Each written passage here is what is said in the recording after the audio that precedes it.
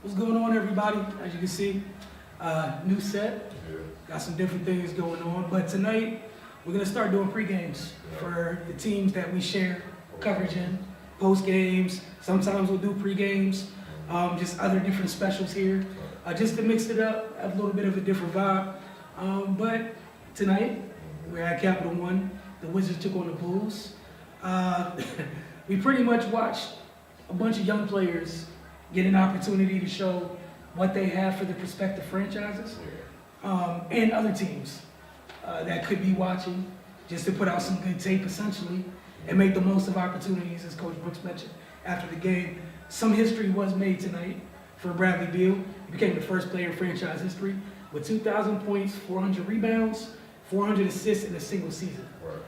Also to keep in mind tonight, as we were just talking about some of the other young guys, Brad, who's led the league in minutes average per game at like 37.3, played 22 minutes tonight, just to keep that in perspective. That said, we were treated to a back and forth affair. Some of the same things we've talked about all year with the Wizards, regardless of who was on the court, still plagued them.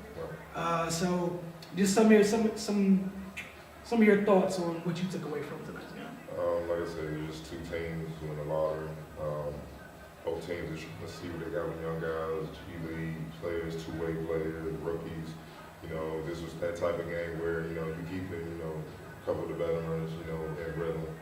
But for the most part, you want to see the young guys you got moving forward, which will help you dictate what you want to do in the draft and in the offseason, summer league, moving forward to get ready for next year.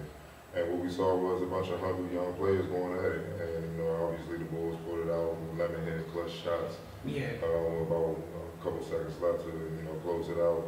You know, the thing that stood out, you know, it was competitive for the Wizards, but the defense has been the number one struggle for them all year long. It was just non-existent. You know, to inside 70 plus points inside in the paint. That's just, it can't happen. 74 points in the paint, even though the Wizards scored 68. Bulls, you know, you're at home, you allow 74, and you had way more, you know, starters playing, rotation guys playing. That's just unacceptable. And on top of that, they shot 80% from three. And, you know, that's the give and take across the league. You see, when you don't hit threes and you rely on them, you lose back most of the time. You know what I'm saying? So, lucky for them, the Bulls ain't shoot much better. So, if they did, it would have been a blowout. So, you know, those are just some of the things, you know, I took from it. But obviously, on the positive side, Thomas Bryant had a monster game. I mean, he's just going right before our eyes. 20, 12, and 5, couple block shots. People don't give Scott Brooks enough credit for how he develops players. That's key in this league. Everybody wants finished products and just throw them in the lineup and you're supposed to be ready. It's not like that. So what are you going to do to get these guys ready? Scott Brooks is one of the best, you know, I've seen it. And you know, even going back to OKC, obviously you could say Kevin Durant was a special case, but Russell Westbrook and James Harden were in that mix where it's like, all right, they guarantee you kind of be what they are now, MVPs. So, you know, you can trace that all the way back to, you know, Scott Brooks and whatnot. You know, Bobby Portis had a strong game, 20 points, 10 rebounds in his own right, 50% from the field. Brad Beal did his thing, 50%, like you said, he ain't played much, but he was in his groove as well.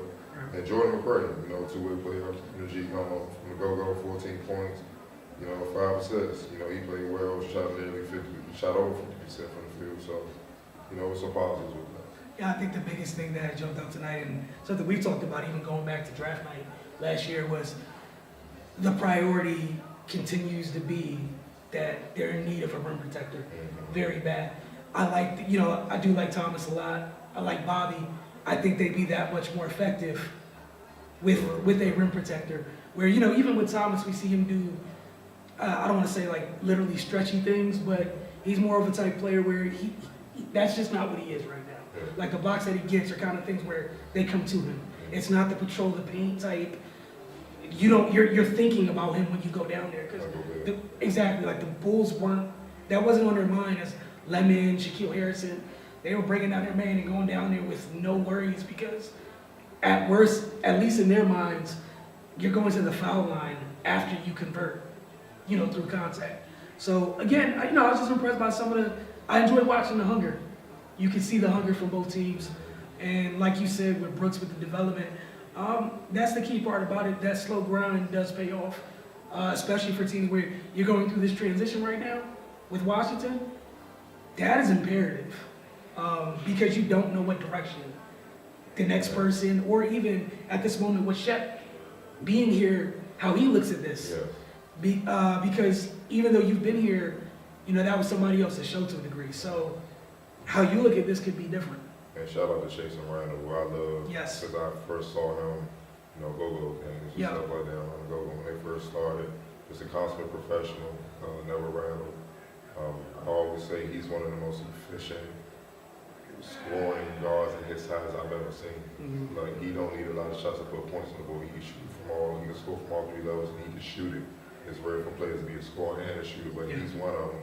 And at his size, he gets, and the thing that makes him great, he knows what he is. He knows Yeah. his limitation, he knows what he is, and he's a cerebral player. He figures out how to get around when he don't have, size, Mhm. otherworldly athleticism. He almost caught a body together. He That tells definitely you. almost caught a body That tonight. tells you what the league is all about, guys. You must suspect they'll take you out. So, shout out him coming in the game, having a strong game, 11 points, 4, 7 shooting, 2 rebounds, 3 assists in just 23 minutes. So, it comes back down to the main thing, defense. Another key thing we always say, Wizards get out rebounded, they Yeah. lose, and they lost a rebound about 49-39. That pretty much does it every game when they lose. And the biggest part about that is, Brooks brought it up. They've got to get people that can stay in front of people. They have a lot of talented offensive players. And the key is those guys have the tools. We talk all the time. If you have those gifts on the offensive end, you can use them for, It's a science. it's a choice, yeah. It's a science, especially at that level. And, when the rules cater most of the offense, you got to even understand even better how to cut off angles, Yeah. contest. Sometimes you play a chess match. Trevor Reeves is very good at that. I actually heard on, shout out to the Knucklehead podcast with Clint Richardson and Darius Miles. They had Kevin Durant on it, and they asked him who were the toughest defense. He said Trevor Reeves. He said Trevor Reeves got his respect because he said Trevor Reeves is a chess player on defense. He said he might let you get an easy bucket right, just to base you think you got set it, up for later. and then he sets you up and Yeah. steal later. He might go for a strip. When you raising up, he might have his arm out, bring it out, pull the shit. He gives you different Yeah, looks. you Be thinking, confusing. yeah. You thinking, and you're not focusing on making the shot.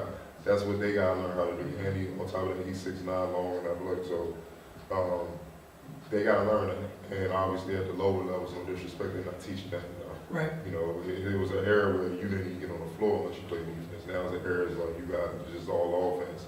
And you're seeing that it's a lot of stats being put up across the league. There's not much resistance. No. And then the other thing is that when they do see resistance, It's a fact. not only that it's a foul, but at that point in the season, sometimes when the whistles don't blow and resist, you're allowed to play a little bit more defense. It changes And things dramatically for what's lots about of to happen in players. the playoffs. Yeah, because we know it changes every year.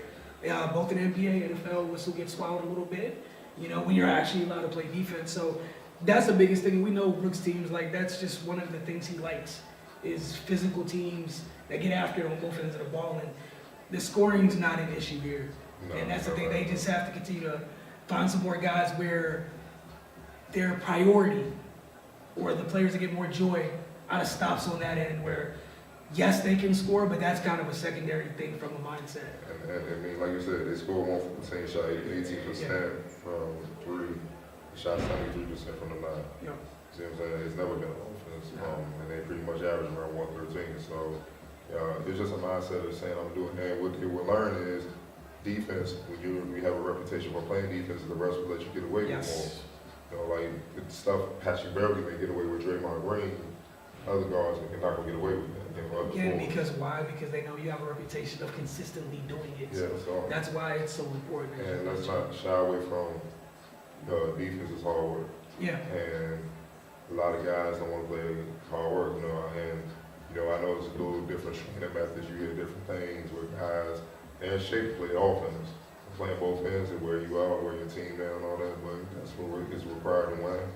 And you're gonna have to do it if you want to be in a professional, because contrary to belief, Warriors, I know the sexy thing is talk about their offense, but the reason why they win championships is because they hold teams down for stretches, and on top of that, they offensive explosion, where, you know what I call it, they nuke your ass, you know what I'm saying, and it's over. So, the Wizards got 5 people like that.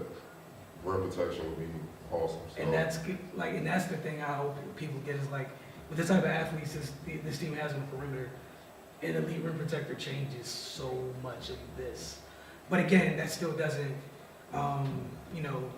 alleviate or ignore the fact that these players should be, you're capable of staying in front of your man. Right. It's a want-to thing, and we talk about the time, defense, rebound. It's just effort. So that's what's pretty much going forward. They play the Spurs on Friday night as the season comes to a close, the regular season does. Just for the Wizards, watch the youngsters, because literally some folks are playing for jobs. Yep. There's not another way to say it. But I want to thank you guys for checking out our first post game, and we'll see you guys as always. Stay with the Focus TV. Get over to finalsmag.com. My Model Sports.